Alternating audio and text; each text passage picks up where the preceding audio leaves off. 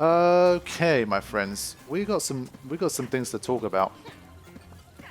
Okay, it's been a year of interesting games to review. Honestly, Crash Bandicoot was a game where I really thought I wouldn't have that much to say by the end of it. It would take me like 5 minutes to sum it up and I'd be done. That's not going to happen. It's going to join another long line of recent games where I've had a fair bit to say about it, I think. Of course, much of this is going to be a summary of what I've already said throughout the playthrough, but now that I'm completely done with the levels and I'm ready to like comment on the game as a whole, now is the time to kind of sit down and think about the entire experience. Like my initial reaction to having completed the whole game for the first time, and we shall go from there. So let's begin with, I like to always begin these things with the good, and there is a lot of good about this game. There really is. Like, let's start with the easy ones, like the visuals I thought have been absolutely stunning. The variety of worlds that they've given us has been nothing short of brilliant. I mean, there's been more dimensions than I thought there would. There was more levels than I thought there was. You know, you got all the different themes, which I thought were great. They you know, if you combine them all together, there was a little bit of everything. They clearly put a ton of effort into like the visual and the visual design of this game, and I really appreciate that. Crash may be a game that's about like the gameplay, the fun of playing Crash, and all that kind of stuff. Like that's what I remember most, and of course like some of the level designs and all that stuff. But it's more kind of the experience of playing a game more so than like the graphical visuals or you know how places looked and that kind of stuff. But I think with this game, especially now that it's on like PS4 and it's the year 2020, I think they made sure that they put a good deal of effort into that side of the game too, and it really showed. And especially for like the first few hours, I was just constantly like, this game looks so pretty and it looks so nice. And for the most part, that was something that remained throughout the entire game, and I'm really pleased with it. In terms of how it looked, I thought it was absolutely stunning. And in terms of like the amount of levels and the amount of like variation within it, I thought was definitely top notch. I thought the soundtrack was good. I thought there was a lot of good references to the old games. They didn't just make it a rehash of like the old games. They definitely added a lot of new stuff, and this feels like a completely different beast to the other games, but you can obviously clearly see that it's still based on 1 to 3. I saw Crash Bandicoot 1 be the heaviest influence to this one. Crash Bandicoot 1 was the template that they used. I mean, they had 3 games to work with, but they decided to use Crash Bandicoot 1, I think, as a template, and they thought, how can we make Crash 1 suitable for the year 2020? So even though there were 3 games to go from, I think 2 was the one that was least used, and there was a bit of Warped in there in terms of like the visuals were closer to Warped, but I think Crash 2 was probably the one that had like the least amount of love, even though we did get the levels like Run It By You. You had like the surfboard, I think, whatever that was. And yeah, so there's definitely some of every game in there, definitely, but I feel like 1 was the one with the strongest influence. You can literally see it from the screen that I'm looking at right now. It looks most like Crash 1. The final dimension was basically to do with Crash 1, so I'm definitely sure that that was the game that they wanted to kind of replicate the most with this whole thing. So that was good. It had a little bit of all the others, but it also had a lot of its own identity and a lot of its own charm. Story-wise, of course, I'm not gonna expect anything even like more than 6 out of 10 in terms of interesting for a Crash Bandicoot game. It was perfectly serviceable. The cutscenes were almost always funny. There was always some kind of smile or chuckle or laugh at something that happened within the scene. The characters were really well voice acted, and it had like this kind of silly, stupid charm that Crash Bandicoot games always have. And even though the cutscenes are short and few and far between, I always have fun watching them. And especially I think with stuff like the Dingo Doll commercials, I think they did a really fantastic job. And the game clearly has a lot of heart and a lot of sense of humor when it comes to that sort of stuff. So not too much to say about it. I thought it was done about as well as you could expect from a Crash Bandicoot game. I would say probably my favorite thing about this game, aside from like the visuals and like how it felt to play, I still have to go back to just how much there is in this game. And in terms of like that was one of the things I was the most worried about. I thought, are they going to shortchange us by not giving us that many levels, not giving us that much variety, and just constantly just kind of packing in like repeat stuff and kind of use the stuff to pad out the length. and to kind of turn it into an experience where it really only lasts about, I don't know, 8 hours, 10 hours, and maybe you'll play like another 10, 20 for like the completion stuff, but after about 25, 30 hours, there's literally nothing more to do with this game. That's one thing I was kind of fearful of. Now, in that regard, this game completely blew me away. Just in terms of the main game, because I mean, I'm going to come to the completion stuff later, that's a whole other animal. But even in terms of just the main game, the amount of levels we got, the length of those levels, the amount of things to do in those levels, the amount of different gameplay elements that were introduced. So all of the masks, for example, almost every single one of them was different to the power-ups that we're used to, if any, from the previous Crash games. That was, you know, already something. But then we had all of the other characters' levels too. So your Cortex levels, your Torna levels, and your Dingo Dial levels too. And those three, they all had their own gameplay elements. They had like a different sort of pace and a different sort of vibe, different sort of challenge. And I really think the game was richer for it. So in terms of that sort of stuff, even for the main game, there was just so much in this game that I'm really, really happy that they put that much in there.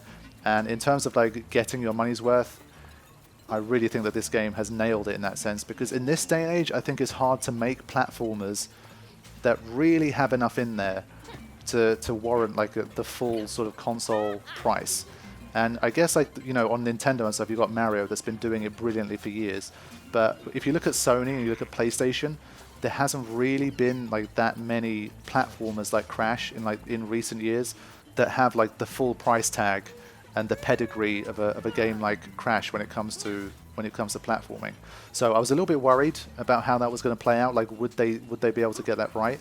And seriously, like, if there's one thing I cannot be disappointed about, is how much this game has, and that's just absolutely brilliant. So those are some of my favorite things about the game. Some of the things I really loved, especially early on. The nostalgia was really there. Like that first level, it was such a joy to play. Like after waiting so long to play this game, I had such a wonderful time with like the first few levels, and I just really got the feeling that I wanted to get from this game. And I think in that respect, and like the visual and the nostalgia early on and that kind of thing, I think they absolutely nailed it, and it's about as good as you could possibly hope for. So when it comes to like, you know, the visual, the technical, the amount of content in the game, the way they use the old games to form the new one, the game's own identity, all of these kind of things, to me, it's pretty close to a 10 out of 10. I mean, they absolutely nailed it. A lot of the stuff was innovative in the levels. They had some really creative things that they threw in there, and all that kind of stuff. So in many respects, I think this game absolutely nailed it. Now we come to the fun part, and this is kind of funny for me because this kind of my feeling about this game is a more positive but not entirely dissimilar version to how I felt about The Last of Us 2, which is, again, something I never thought I'd say at the end of Crash 4. But the reason I say this is because like there's things which almost no one can argue about in terms of like this game. About like most of the stuff that I've mentioned previously, I don't think there's going to be a huge number of people that disagree with me on that kind of stuff. But is there a part of this game that is definitely polarizing? Absolutely. There is, again, there's no debate, and I've talked to enough people on social media and that kind of stuff to know that there is definitely a lot of things that could be potentially disagreed upon and argued about. I've had arguments about it myself, but here I'm going to do my best to kind of present my thoughts and opinions on this stuff, and just so I have it all kind of in one place, having actually completed the game, and you guys can make of that what you will. You can either disagree entirely with everything I said, you can agree with some of it, maybe you can disagree with it all and at least understand why I've made those comments, or you can disagree with everything and think I've absolutely nailed it. Regardless, here goes. Something that I'm sure every single review of this game talked about and should have talked about was the difficulty of this game. Now, when it comes to reviews, I feel like, again, The Last of Us 2 was sneaky with reviews. I received a review copy, so I know like what the protocols were and what we were allowed to do and what we weren't allowed to do, what we could show, what we couldn't show. And The Last of Us 2 was a game that hid the second half of the game and didn't let the public really know what the second half of the game was until it was released. So all of the reviews that came out, all of the masterpiece reviews, all of the 10 out of 10s, the 95 on Metacritic and all that kind of stuff, almost none of those reviews really talked about the second half of the game because they weren't really allowed to before release. So before the game came out, I played the first half of the game. I was really impressed with the first half of the game. Like, it was absolutely sensational. Then I got to the second half of the game, and things, for me, they just went wrong. And overall, like, it really tainted my experience of the game, and I ended up having like this sort of mixed feeling about the whole thing. Now, Crash is another game where I didn't really see a lot of gameplay available for it outside of the demo stuff. So the demo initially was weirdly only available to the press. Then they only made it available to people who already pre-ordered. And I also didn't really see a ton of hype about it on social media. There weren't a lot of content creators that got the game early and were allowed to upload early content and all that kind of stuff. And what kind of gets me about that stuff is that I don't think that a lot of the official kind of, the usual outlet reviews, I don't think they were as negative on the difficulty of the game as individuals who either watched others play or people who played the game themselves.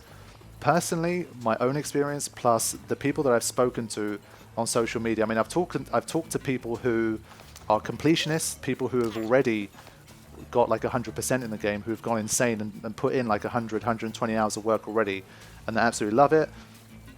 I've spoken to people who are not that familiar with platformers, that just have, Crash nostalgia from their childhood days and wanted to play. Then you have like intermediate people that like kind of, they can handle a challenge, they're fine. You have people like me that love a challenge and that generally have great patience for them, but still had issues with it. Like, everyone seemed to have some sort of opinion about the difficulty, and the overall opinion that I think was the same for everybody was that the game is extremely tough. Now, people who are completionists that ended up completely embracing the difficulty and really just going for it and just going nuts on the game, they will admit that it was incredibly difficult, but they will say that it was an aspect of the game that they really enjoyed.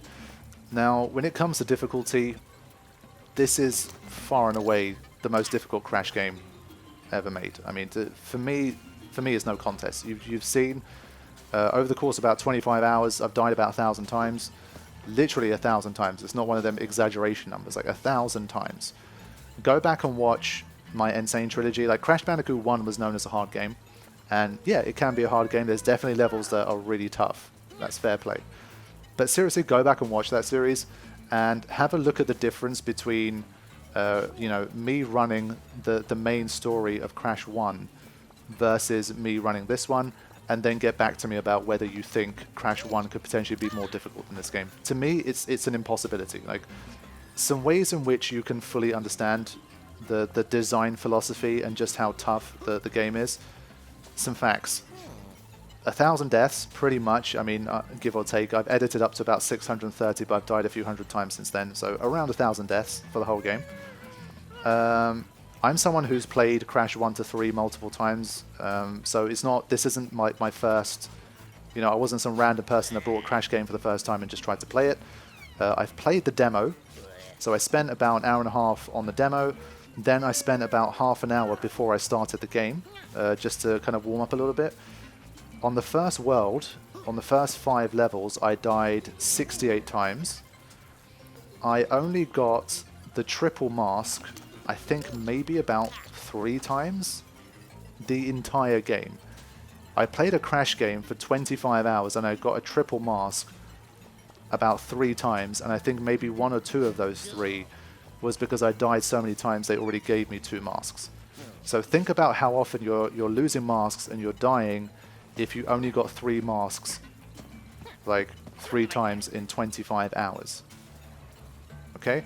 So when you factor all of this stuff in, plus the fact that the game now has a death counter, Crash has never had a death counter before, the fact that it has a retro mode and a modern mode, because they know that people are going to be struggling and they don't want people to keep getting game overs and to start all over again. This game is more difficult for me and for the general kind of player than any Crash from the PS1 era before it. So you might say, well, okay, I mean, the game is difficult, sure, but I mean, so what? I mean, why is that necessarily a bad thing? Well, I think for me, it's more like, what I've been saying to people is, I don't believe that Crash should be that game. I've literally come off the back of playing Cuphead, and Cuphead I died 388 times for the record. You might say that, you know, you could say that Cuphead has the whole HP system and all that kind of stuff. Well, Crash Bandicoot has the mask system, so the masks are effectively like HP in Cuphead. Imagine if there were no masks in this game, I would have died 5,000 times. So, I mean, if you want to compare it that way, that doesn't really hold up either. This game is way, way harder than Cuphead. And the problem for me is that I don't think Crash should be that hard for like the entire general game. What I thought should have happened was that we have, like, you know, all of the nostalgia, all of the visuals, we get to enjoy completing the levels, we get a sense of achievement from what we're able to do in the levels, and then once we really start to get to the business end of the game, then like the struggle really picks up and it gets much, much more difficult. And then once we actually complete the game and we want to get into the time trials, we want to get all the gems, we want to do all of that stuff, then the game takes on like an even greater level of difficulty. And that's when you, like, if you're the kind of person that really embraces difficulty and you really love the challenge, that's when like you're going to be unleashed and you're going to absolutely love it. I feel like, personally, my overarching opinion is that this game is borderline prohibitively difficult. And to me, Crash should never be a game that's prohibitively difficult. That's just how I feel about it. Having completed the game, my opinion on that has not changed. I've spoken to people who have, you know, a legitimate amount of experience with platformers, who've played it and they've said that they stopped enjoying the game and they stopped playing. I stopped playing for 2 weeks because I found myself like not enjoying it after like 15 to 20 hours. I've had people say, I'm going to wait until it's really cheap just so that I can give it a go, because it does look like it's really frustrating and really difficult. So I might not enjoy it very much, so I'm going to wait till it's cheap before I try it. Some people have looked at it and just said, you know what, I'm not interested in this game anymore, it's just too tough. So, you know, I've experienced all of this sort of feedback. It's not just me, it's not just my opinion, it's not just one other person's opinion. There's literally multiple opinions on this that I've gotten since I've started playing through the game. And to me, that feels like a shame. I think the biggest thing that I disagree with when it comes to Crash 4 is the gameplay and difficulty design philosophy. Because it's clearly a philosophy. It's not because, you know, Toys for Bob are incompetent or like they made a mistake or anything like that. They've clearly made a very concerted effort to execute a game plan, and they've done that fantastically well. I just don't agree with their game plan. That's my problem with it. What I would have liked is, let's say for the first 10 to 15 levels, for you to maybe die, I don't know, 100 times across the first 15 levels. Make the box gems fairly easy to get, so people are getting a sense of achievement as they play along. Again, this is all assuming that you're playing blind, like you would for pretty much any other Crash Bandicoot when you start playing it for the first time. No one should be playing Crash Bandicoot with a guide like the first time they play the game. I mean, think back to PS1 days when you guys first got into Crash Bandicoot. You cannot tell me that your first playthrough of Crash Bandicoot on the PS1 was you getting a guide for every single level before you even saw it, and then playing through that level with a guide to make sure you got everything the first time. That's not how you play Crash Bandicoot. If that's how you play it like nowadays, that's cool, but in general, to me, that's not the Crash Bandicoot way. Crash Bandicoot is you go in, you have some fun, you kill a few hours. You know, if you're trying hard, you're being observant, you're taking levels fairly slowly, you're doing your best, you tend to get most of the box gems, and like you tend to get a legit sense of achievement when you play the game. Crash Bandicoot 4, I think, just completely took that away from you to such a large extent that for large parts of the game, I just feel like I wasted my time. And to me, again, that shouldn't be what Crash is. I've had people who have played with guides and they've had a better time because they've played with guides. Like, they've played a few levels and they're like, oh, you know what, actually this is looking incredibly difficult. I'm clearly missing too many things to make it worth my time. I might as well play along with a guide so that I can do everything on each level as I go through. And if that's what it takes for you to enjoy the game, on a personal level, that's great for you. Like, I'm happy for you. But in terms of, is this the right way to design a Crash game? I don't think it is.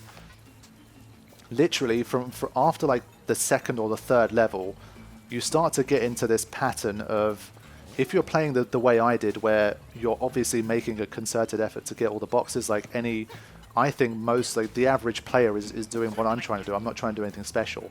I'm just trying to run through the level like any normal person and just try and get all the boxes that I see. And I'm trying my best to look around and see if there's any boxes that might be somewhere where I can't see them. That's literally all I'm doing. And that's been my process. And I've had hours upon hours where maybe across 15 levels I've got like 1 or 2 box gems. And for all of the others, I've spent anywhere from 15 minutes to half an hour to clear the level, only to end up with 3 gems, where I've missed the hidden gem, I've missed the box gem, I've died 7 to 25, 30 times, and by the end of that experience, I'm just like, well, you know, a lot of my sense of achievement has been completely taken away from me because I felt like I didn't really achieve anything. So I put in a 100% effort, but I only got 50% of the gems. And to me, like, repeatedly doing that to a player, I think most average players that come into a Crash Bandicoot game, again, a Crash Bandicoot game, over the course of like 3 hours, 5 hours, 7 hours, 10 hours, 12 hours, that's just really going to grate on you. There's going to be some people who may not give a shit about that. They'll still love it 10 out of 10 regardless. There's always going to be those people. But I'm talking about, like, this game was made for a large audience. Crash has always been a game that can appeal to everyone. You can have a 7-year-old playing Crash and you can have a 60-year-old playing Crash. They can both have a great time. I've had people tell me, like, their mums, like, their parents play Crash. My mum could probably play Crash. Like, she's messed around with it a little bit, like in the PS1 days. She didn't really properly play it, but it's something you could give her the controller, and she could probably like knock through a few levels of like Warped or something, or like one of the other ones, the easy levels of 1 and 2. It's just that kind of game. I mean, it's a game for everyone. That's the way I've seen it, and to me, that's the way it's always been. But Crash Bandicoot 4 is not a game for everyone, and I think it's close to kind of not being a game for even a lot of just average players, I think. Because it's been made prohibitively difficult, and it's come at the expense of giving the players a sense of reward. So you've seen, weirdly, later on, like the later levels, I think because they become more condensed due to the environments, there was a lot more levels. I think the final maybe 10 to 12 levels, I ended up with maybe 6 or 7 all box gems. And you literally saw a level where I died 84 times, but because I got 5 out of 6 gems, I still, like, my overall feeling about that was good. I felt positive having completed a level. But there were so many levels where I put in the same amount of effort, but I only got 3 gems as a result. And when you literally see only half of the gems pop on a level after making a genuine effort, that really takes it out of you, man. Because this isn't like Crash Bandicoot 1 to 3 where levels took like 2, 3, 5, 10 minutes tops. The average level in this game, when you're running it for the first time, running it blind, and trying to get the boxes, the average level length is like 15 to 20 minutes. So these are long levels. And so when you get to the end of a 15, 20, 30, like if the bonus level is really hard and there's a lot of boxes, it could be like 40 minutes.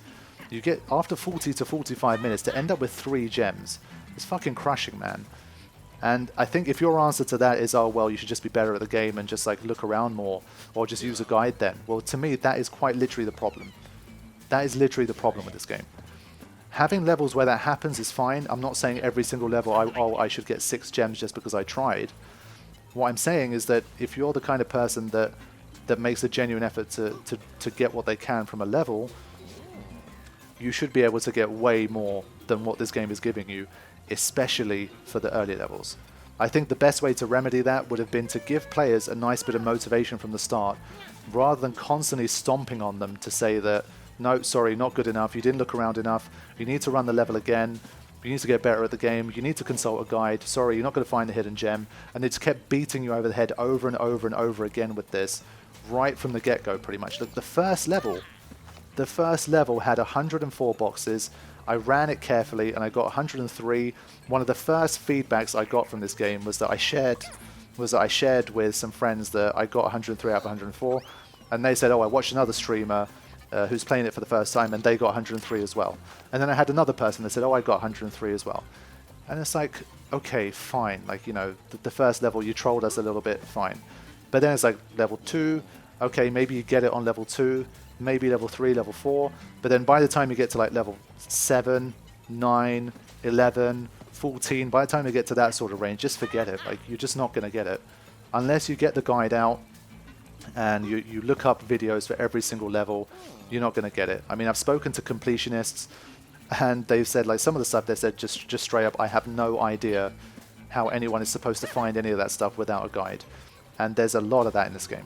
There's too much of it in this game. Just stuff where you specifically need a guide to find things. You're just not going to find it on your own. And to me, that side of the game was just overkill. And it's literally put people off from playing the game. And I don't think that should be a reason why people shouldn't play a Crash game. And that's the reason why I've disliked the design philosophy when it comes to the difficulty. And it's a real shame, because it's one of those things where the game really does have so much. They should have lent on the fact that they've done so much hard work with the game and given you so much that they didn't need to make it this difficult and this challenging to get a sense of achievement earlier on through the game, because you've got, like, let the achievement be given to you earlier in the game, and if you want to take it to the next level, then you have all of this endless shit to do in the game to continue to give players that anyway.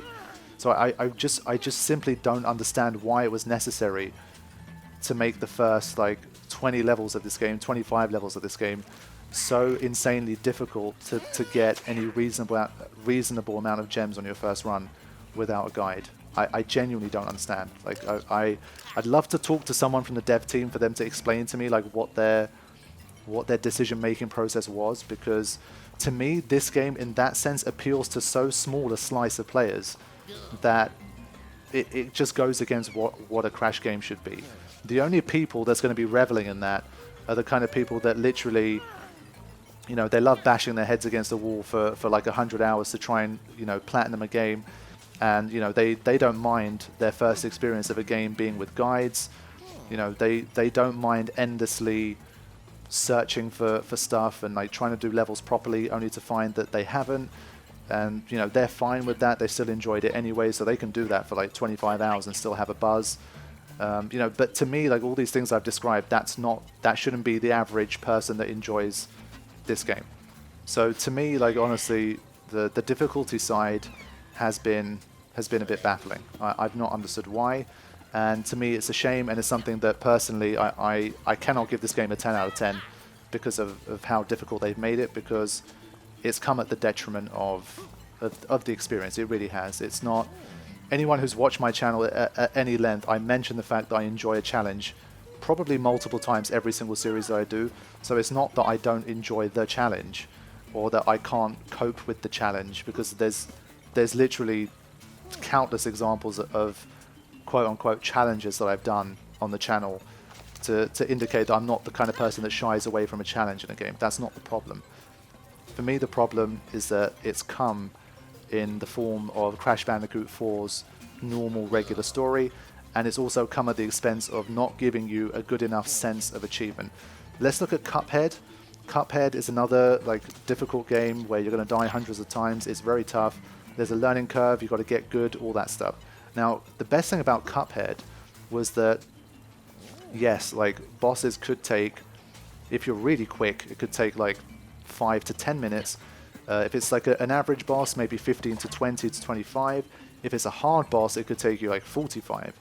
But whenever you got to the end of that boss, you always felt a nice sense of satisfaction. Go back and watch the playlist if you haven't. You know, every time I reached the end of the level, there was some sort of like, yes, or like, you know, something like that to say I made it to the end, because you've defeated a boss and you get rewarded for it. But with Crash, I spent 30 minutes on a level, and oftentimes it was like, yay, I got to the end of the level. Oh, look, 3 gems again. Oh, I only got 2 on this one. And honestly, that feeling being repeated over and over and over again, to me, that's not the best way to have a Crash experience that people can enjoy. So it appeals to too small a niche of players, and that's just genuinely what I believe about the game. So in that sense, it's a giant shame. To me, the only other thing that I've really got to add is the inverted levels. I think they're pointless. Like, to me, they just seem like too much. You don't have time trials for them anyway, so why? You know, let's have a look again. You've got 228 gems anyway. Let's pretend the inverted levels don't exist. You've got 228 gems, of which on my first run, doing my best to get all the boxes and all the gems on my first run, blind, I've gone 132, so just over half. So think about how much time I have to spend on the game to even get the 228 for the normal levels, right? So remember, the inverted levels, ignore them. You got 2 to 8. Then you got the time trial relics. So add all of that stuff. So that's another 38.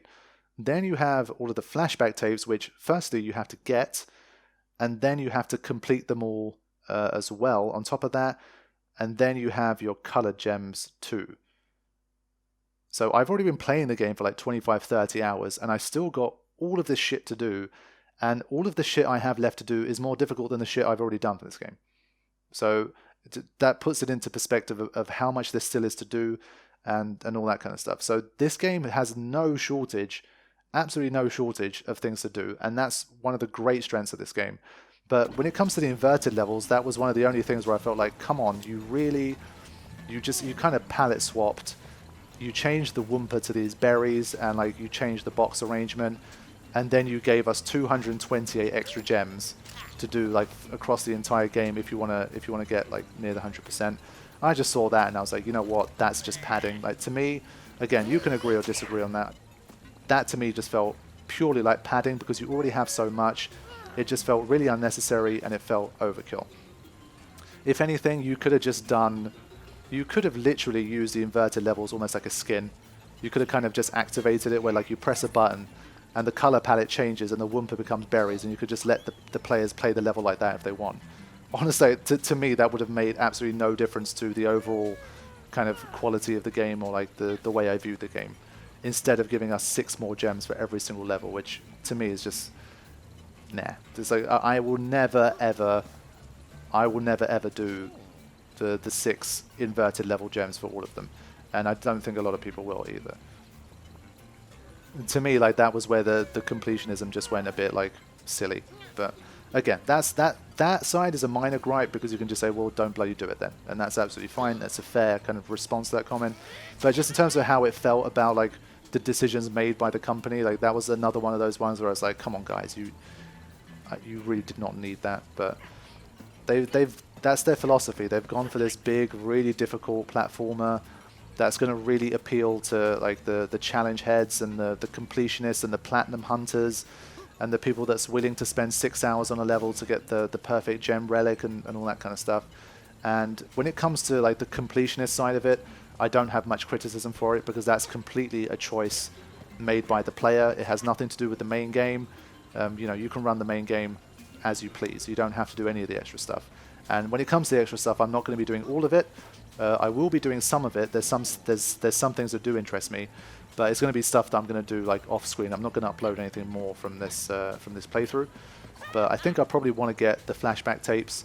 I'll probably try and get the 6 gems for all of the main story, and I'll try to do some of the time trials. And this stuff is like for the future. It's not I'm going to do it in the next few weeks. It's going to be like months, maybe years, where I'll kind of go back to the game now and then and spend some time with it and just, you know, knock out a few hours of Crash and see how we do.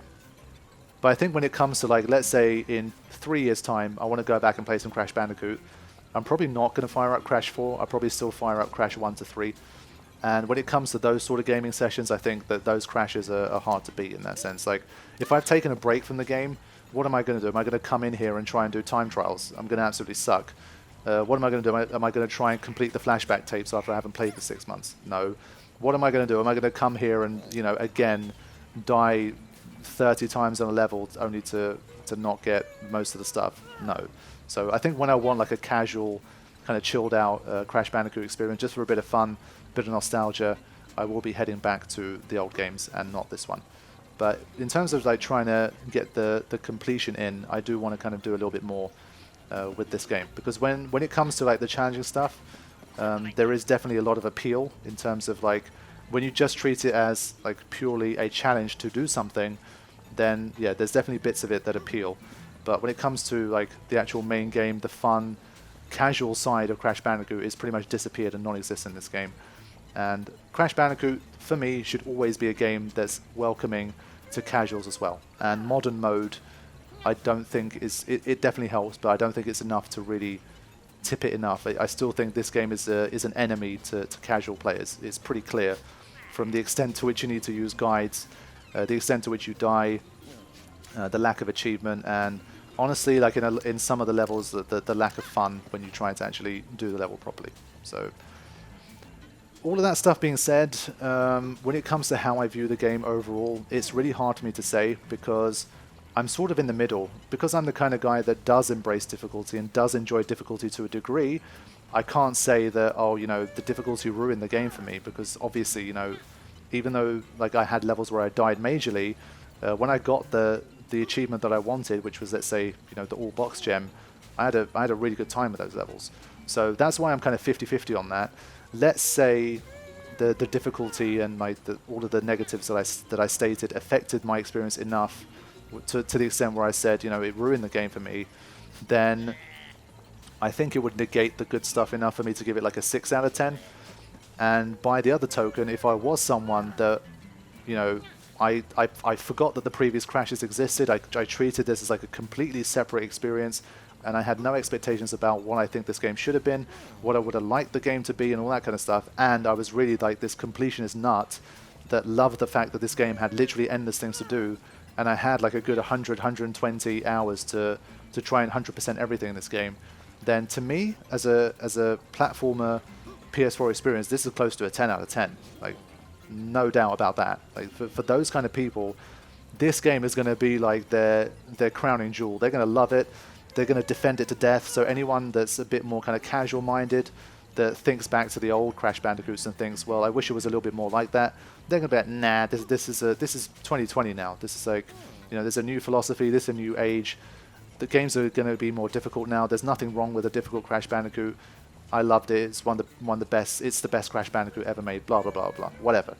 I'm not one of those guys either. So, as always, I tend to find myself in the middle of these things, and I would have to say that I think all in, I would have to say probably about 8.5 sort of range. At its lowest, it felt like a 6, but there was a lot of times where it felt like a 10. And in terms of like, I have to respect the effort that they've put into the game and how much there still is to do for me. So this is a game that, because I will be coming back to, and even so far, like what I've done so far, I do feel like I've got my money's worth. It's really hard for me to knock a game too hard in that sense. So because of all the things I did like, and the elements of the challenge stuff that I did like so I was about 50-50 in terms of like liking it versus hating it, and plus all of the extras that they've given you in the game, and all the variety and all the creativity and all that kind of stuff. For me, it sits at around an 8.5. And on Metacritic, I think the user score is like 8.3 or something, 8.6. And I think the meta score is like 83. Warped, by the way, which has always been my jam, and I think always will be, that one has a 91 on Metacritic, for the record. I still think Crash Bandicoot Warped, yes, it's easy, and like the players that love the difficulty of 4 are going to shit on 3 now because of how easy it is. But to me, that's the quintessential Crash Bandicoot experience. It's fun, it's creative, the worlds were really memorable, they were really cool, lots of different variety. It was accessible to casuals for the main game. If you wanted to 105% it, there was definitely some very challenging bits to it as well. But generally very accessible, everyone could play it. And for me, Crash Bandicoot Warped is still, for me, that's the template. They used Crash 1 as the template, and they went, like, they cranked up to 11 in terms of difficulty, and that's the direction that they went, and that's cool. And that's still, a good enough option that a lot of people will still enjoy the game. But for me, like, if I was the person making Crash Bandicoot game, I would have mixed 3 and 1 a bit more. So the first half of the game would have been a bit more like 3, where I threw the players a lot of bones, I got them motivated, I got them making progress in the game and feeling a sense of achievement. So I was combining like the nostalgia and the beauty of the game with, the added bonus and motivation of giving players a lot of positive feedback for their gameplay as well. So I would have really like given the players that. And then that way, when I did crank up the difficulty and I did make it harder to get everything, players would have more momentum coming in from the previous level, so it would take them longer to burn out. And I think they'd continue to enjoy the challenge more because there would have been a bit more of a difficulty curve as you went along. Like with this game, it got hard very quick, and it remained hard pretty much for the entire thing. And beyond just the hardness, they went to extreme lengths to hide things from players and to stop them from being able to get gems. And to the extent where it just made it too difficult to get a sense of achievement if you're playing without a guide for a lot of the levels. So that's my overall view on it. I wish that this LP could have been a bit more of a light, casual one. That's honestly what I thought. That's honestly what I thought it was going to be. I was obviously expecting some frustrating stuff, but I really didn't think it was going to be this long and this sustained and this difficult for the entire thing. I was really hoping for something kind of in between what we got here and the N-Sane trilogy, which for me was still fairly easy. Like Crash Bandicoot 1 had a few hard levels, but in general, the N-Sane trilogy wasn't too bad at all. It was like a, 5 or 6 out of 10 in terms of difficulty. This game was a 10 out of 10, a 7 or so, 7.5. For me, would have been the sweet spot, and it would have been a more fun LP to watch. But it is what it is. I'm playing these games live. I'm playing these games blind. I can only react to whatever's given before me. You've seen me die a lot. You've seen me get frustrated a lot. You've seen me admire the visuals a lot. You've seen me say, a lot of nice things about how much there is in the game, the innovation, the ability to play all these different levels. You've seen me laugh at cutscenes and all that kind of stuff. So it's been a bit of like the good, the bad, and the ugly when it comes to this playthrough. But overall, I had a good enough experience with this game. I'm really, really glad it came out, though. I mean, if there's two worlds, there's a world without Crash 4, and there's a world where Crash 4 does exist. I'm definitely taking the dimension where Crash 4 exists. I'm glad that it happened. Maybe for the next one, because I'm hoping that this one still does well. Even though a lot of people might have been put off by like the difficulty, or they stopped playing and that kind of stuff, I'm hoping it did well enough that we'll see like a Crash 5. And maybe in that one they'll kind of find a bit more of a middle ground. In the same way that Crash 2 was easier than Crash 1, maybe Crash 5 will be easier than Crash 4, and then maybe Crash 6 will be the warped of the modern generation. And maybe then for me I'll find my new favorite Crash Bandicoot of all time. So thank you all so much for watching and putting up with all of my deaths and all of my ranting and all that stuff, but I hope you enjoyed it anyway, and I hope to see you guys with more content in the future. Thanks for watching, take care.